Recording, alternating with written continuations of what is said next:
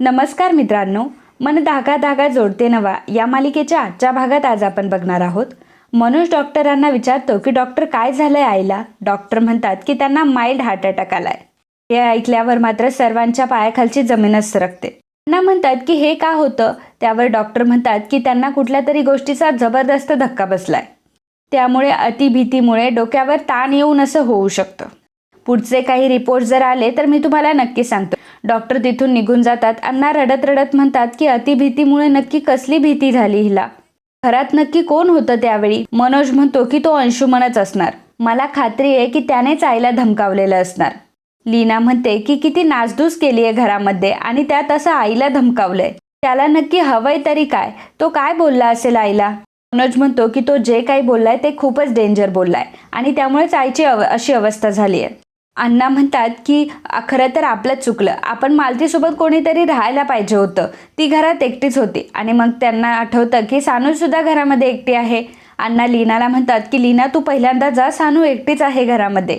लीना म्हणते की काही नाही अण्णा, मी शकूला सांगितलंय तिला सांभाळायला. अण्णा डोक्याला हात लावतात आणि म्हणतात की अरे देवा, हे असं कसं झालं असेल. आणि अण्णांना चक्कर येते. तर सर्वजण अण्णांना सावरत खाली बसवतात.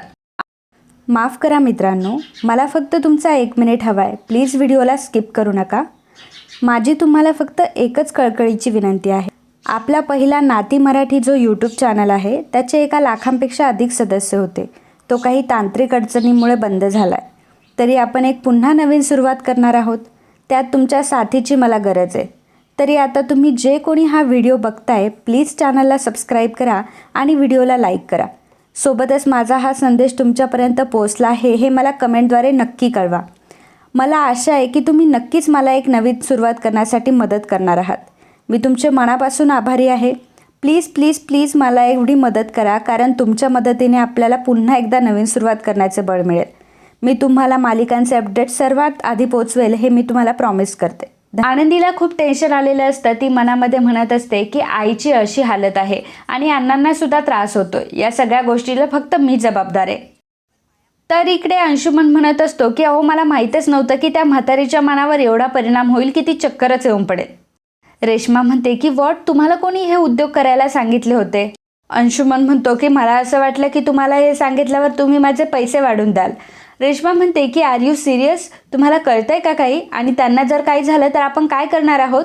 पहिल्यांदा मला एक सांगा की तुमच्याकडून काही झालं नाहीये ना. अंशुमन म्हणतो की हे बघा मी मॅडम काहीही केलं नाही. तुम्ही सांगितल्याप्रमाणे मी फक्त त्यांना धमकावण्याचा प्रयत्न केलाय. आता जर घाबरून त्यांना अटॅक आला असेल तर मला नाही माहिती. रेश्मा म्हणते की बरं मला सांगा की तुम्ही तिथून निघताना तुम्हाला कोणी बघितलं तर नाही ना. अंशुमन म्हणतो की माहीत नाही, कदाचित पाहिलंही असेल. आणि जेव्हा मी तिथे होतो तेव्हा घरातले सर्वजण आले होते. त्या मनोजने कदाचित मला पाहिलं असेल. रेश्मा म्हणते की अहो अंशुमन, तुम्ही काय बोलताय हे. त्या मनोजने जर तुम्हाला पाहिलं असेल तर तुमची वाट लागेल. अंशुमन आणि रेश्मा आता दोघंही घाबरलेले असतात. तर इकडे डॉक्टर अण्णा, आनंदी आणि मनोजला सांगतात की त्यांच्या हार्टमध्ये ब्लॉकेज आहे, त्यामुळे आपल्याला लवकरात लवकर सर्जरी करावी लागेल. मनोज विचारतो की दुसरा काही ऑप्शन नाही आहे का. डॉक्टर म्हणतात की दुसरा काहीही ऑप्शन नाही आहे, तुम्ही बाकीच्या फॉर्मॅलिटीज करून घ्या. मनोज विचारतो की साधारणतः किती पैसे लागतील. त्यावर डॉक्टर सांगतात की 4 ते 5 लाख रुपये खर्च येईल. हे ऐकून सर्वांना मोठा धक्का बसतो. डॉक्टर सांगतात की त्यांची एन्जिओप्लास्टी सर्जरी केली नाही तर त्यांच्या जीवाला धोका निर्माण होईल. मनोज विचारतो की आता एवढे मोठे पैसे कुठून आणायचे. अण्णा म्हणतात की माझ्याकडे आहे थोडे, पण त्याने काहीच होणार नाही. अण्णा म्हणतात की आता काय करता येईल आपल्याला काही करून मालतीला वाचवायचं आहे. वाटलं तर आपण घर विकूयात. मनोज म्हणतो की अण्णा, घर विकायची काही गरज नाही आहे. सानूच्या फीससाठी मी थोडे पैसे सेव्हिंग करून ठेवले, तेवढे आहेत माझ्याकडे. आनंदी म्हणते की माझ्याकडे इनमिन 40,000 रुपये सेव्हिंग आहेत. अण्णा, पण आपण काहीतरी करू, आईला काहीही होता कामा नये. अण्णा म्हणतात की मी माझ्या 2-4 मित्रांना फोन करतो. मनोज देखील म्हणतो की मीही माझ्या मित्रांना विचारतो. तर इकडे सुधा सार्थकसाठी दूध घेऊन आलेली असते. ती सार्थकला म्हणते की सार्थक, तुझा हात अजून दुखतोय का. सार्थक म्हणतो की नाही. सुधा म्हणते की बरं झालं तिने लवकर पट्टी बांधली. खरंच आनंदीच्या घरची लोक किती चांगली आहेत ना. वृंदाने तिच्या आईशी असं वागायला नको होतं रे. आणि वृंदा असं वागून सुद्धा तिची आई किती चांगलं वागली तिच्याशी. आणि त्या जाता जाता हे सुद्धा म्हणाल्या की मी कुठल्याही परिस्थितीत आनंदीला आदर्शसोबत लग्न करण्यासाठी तयार करेन. तेव्हापासून मलाही असं वाटतंय सार्थक की आनंदी आदर्शला नक्कीच हो म्हणेल. चल तू आता दूध पी आणि झोपून जा, असं म्हणून सुधा तिथून निघून जाते. तर सार्थक आनंदीच्या ओढणीचा गुंडा हातामध्ये घेतो आणि त्याला आनंदीची फार आठवण येत असते. तो विचार करतो की मिस आनंदी खूप हर्ट झाले असतील या सगळ्यातून, त्यांची चौकशी करायला पाहिजे. पण त्यांना जर विचारलं तर त्यांना अजून त्रास होईल. काय करू? एक काम करतो, शकूला विचारतो. सार्थक शकूला कॉल करतो आणि विचारतो की मिस आनंदी कशा आहेत शकू? शकू सांगते की आनंदीताईच्या घरी खूप मोठा प्रॉब्लेम झालाय. आणि मग शकू घडलेला सगळा प्रकार सार्थकला सांगते. सार्थकलाही खूप मोठा धक्का बसलेला असतो आणि सार्थक लगेचच हॉस्पिटलमध्ये जायला निघतो.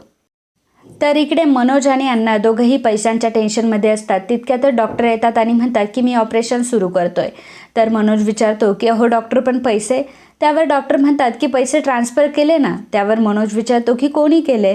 डॉक्टर सांगतात की सार्थक राज्याध्यक्ष यांनी. हे ऐकून मनोज आणि अण्णांना खूपच आनंद होतो. तितक्यातच सार्थक तिथे येतो आणि म्हणतो की काका, ऑपरेशन सुरू झालं? तर अण्णा म्हणतात की हो. अण्णा सार्थकच्या पाया पडायला लागतात. तेव्हा सार्थक म्हणतो की अहो अण्णा, काय करताय हे? अण्णा म्हणतात की मी तुमचे उपकार कधीही विसरू शकत नाही. सार्थक म्हणतात की अहो मला आता तुम्ही पर्क करताय का? सार्थक विचारतो की मिस आनंदी कुठे? त्यावर अण्णा सांगतात की इथेच कुठेतरी असेल. सार्थक लगेच तिथून निघतो. आनंदी बाप्पा पुढे म्हणत असते की देवा, प्लीज माझ्या आईला काही होऊन देऊ नको रे. आतापर्यंत तिने खूप सहन केलंय. प्लीज तू तिला कुठलंही दुःख देऊ नको. या वयात मला तिला आनंदाने जगताना बघायचंय. तेव्हा मी माझ्या आईसाठी काहीही करायला तयार आहे, असं म्हणून आनंदी शेजारी असलेला एक कापूर पेटवते आणि हातावर ठेवते. कापुराचा जाळ हा आनंदीच्या हातावर होत असतो. आणि सार्थक हे बघ. सार्थक लगेचच आनंदीच्या हातातला तो कापूर बाजूला करतो आणि म्हणतो की हे काय करताय आणि याची काय गरज आहे करण्याची? आनंदी म्हणते की सर, मग मी काय करू? सगळे मार्ग बंद झालेत. सार्थक म्हणतो की काही मार्ग बंद झालेले नाहीये, त्यांचं ऑपरेशन सुरू झालंय ऑलरेडी. आनंदी विचारते की पण सर पैसे? सार्थक गप्प असतो. तेव्हा आनंदी म्हणते की सर, तुम्ही पैसे दिलेत का? आनंदी सार्थक समोर हात जोडते. तेव्हा सार्थक म्हणतो की मिस आनंदी प्लीज, आता काका खूप टेन्शनमध्ये आहे, तुम्ही त्यांच्यासोबत असणं जास्त गरजेचं आहे. लीना आता हॉस्पिटलमध्ये आलेली असते. मनोज सांगतो की लीना, ऑपरेशन सुरू झाले आणि सार्थक सरांनी पैसे दिले. हे ऐकून लीनालाही खूप आनंद होतो. अण्णा म्हणतात की लीना, मालती ठीक तर होईल ना? लीना म्हणते की अण्णा, तुम्ही काही काळजी करू नका. थोड्याच वेळात मालतीचं ऑपरेशन देखील संपतं. डॉक्टर बाहेर येतात आणि सांगतात की ऑपरेशन सक्सेसफुल झालंय.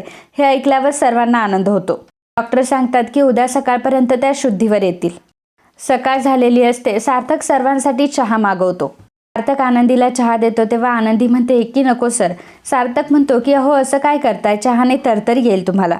आनंदी म्हणते की नको सर, तुम्ही अगदी देवासारखे माझ्यासाठी धावून आलात. मी तुमचे हे उपकार कधीही विसरणार नाही. मी हे तुमचे उपकार लवकरच फेडेल. सार्थक म्हणतो की ते आपण नंतर बघूयात. आता काकू वाचल्यात हे जास्त महत्त्वाचं आहे ना? थोड्याच वेळात डॉक्टर येऊन सांगतात की पेशंट आता शुद्धीवर आलाय. थोड्याच वेळात त्यांना जनरल वॉर्डमध्ये शिफ्ट केलं जाईल. पण आनंदी कोण आहे? त्या सारखंच त्यांचं नाव घेत आहे. आनंदी म्हणते की डॉक्टर, मी आनंदी आहे, त्यांची मुलगी. मी त्यांना भेटू शकते का? डॉक्टर म्हणतात की हो, तुम्ही भेटू शकता, परंतु त्यांची काळजी घेणं खूप त्यामुळे त्यांना त्रास होईल असं काहीही बोलू नका. आनंदी म्हणते की हो डॉक्टर. आणि मग आनंदी आणि घरातले सर्वजण मालतीला भेटण्यासाठी जातात. आनंदी मालतीला विचारते की आई कशी आहेस तू? मालती म्हणते की बरी आहे, मरणाच्या दारातून परत आली आहे. आनंदी म्हणते की आई तुला काहीच होणार नाही. मालती म्हणते की असं नाही वाटत मला, आता काही खरं नाही माझ्या शरीराचं. प्रत्येक वेळी देव आता मला माघारी नाही पाठवणार, कधीही मला मागणं येऊ शकतं. पण जाण्याआधी मला तुझा संसार पुन्हा थाटलेला बघायचा आहे. आनंदी म्हणते की आई तू आता काहीही बोलू नकोस, आपण ह्या विषयावर नंतर बोलूयात. मालती म्हणते की डोळ्या मिटण्याआधी मला तुझं लग्न झालेलं बघायचंय.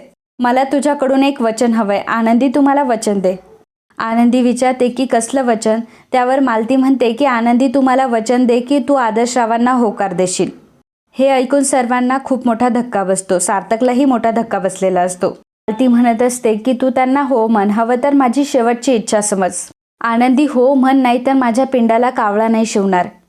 आनंदी म्हणत असते की अगं आई नको ना असं बोलू. परंतु मालतीची ही अवस्था खूपच डेंजर असते आणि तिला डॉक्टरांचं बोलणं आठवतं की त्यांना नको असणारी गोष्ट कुठलीही बोलू नका, नाहीतर त्यांना त्रास होईल. आनंदी म्हणते की ठीक आहे आई, तुझ्या सुखासाठी मी आदर्श सरांसोबत लग्न करायला तयार आहे. हे ऐकून मात्र सार्थकच्या पायाखालची जमीनच सरकते. सार्थकच्या हातातून देखील रक्त येत असतं. सार्थकला आता प्रचंड मोठा धक्का बसलेला असतो आणि आनंदीशी लग्न करण्याचे आता त्याला कुठलेही होप्स मिळत नाही. सार्थक तसाच बाहेर निघून येतो. त्याला खूप मोठा धक्का बसलेला असतो. मनामध्ये म्हणत असतो की सगळं संपलंय आता. आनंदीने तिच्या आईला वचन दिलंय, म्हणजे आता तिचं आणि भाईचं लग्न होणार. एकीकडे भाईचं आयुष्य सुधारतंय याचा आनंद होतोय, परंतु दुसरीकडे मात्र माझं प्रेम सगळं संपलंय. तितक्यातच सुधा सार्थकला फोन करते आणि विचारते की आनंदीच्या आई कशा आहेत रे. सुधा म्हणते की बरं झालं, आणि तू मला 2 मिनटं फोन देशील का त्यांच्याकडे. सार्थक म्हणतो की आई आता मी बाहेर आलोय. सुधा म्हणते की अरे मला बोलायचं रे त्यांच्याशी, तू जरा आतमध्ये जा आणि त्यांना फोन दे ना. आणि मित्रांनो, आजचा हा भाग इथेच संपतो. पुढील भागात आपल्याला पाहायला मिळणार आहे मालती सुधाला सांगते की आनंदीने होकार दिलाय लग्नाला. हे ऐकून सुधाला खूपच आनंद होतो. अक्कू ही सार्थकला म्हणत असते की मी हे होऊ देणार नाही, मी आत्ताच्या आत्ता जाऊन सांगते सगळ्यांना. सार्थक अक्कूला थांबवतो आणि म्हणतो की तू कोणाला काहीही सांगणार नाही, तुला माझी शपथ आहे. हे बघ, भाईच्या आनंदासाठी मी सगळं विसरून जायला तयार आहे, तूही विसरून जा. एवढ्यातच आदर्श तिथे येतो आणि म्हणतो की सार्थक, आनंदीचं काय. तेव्हा अक्कू आणि सार्थक दोघंही घाबरतात. तर मित्रांनो, असेच मन धागा धागा जोडते नवा या मालिकेचे डेली अपडेट बघण्यासाठी आत्ताच आपल्या चॅनलला सबस्क्राईब करा. आणि आजचा हा भाग तुम्हाला आवडला असेल तर व्हिडिओला लाईक आणि कमेंट करायला अजिबात विसरू नका. धन्यवाद.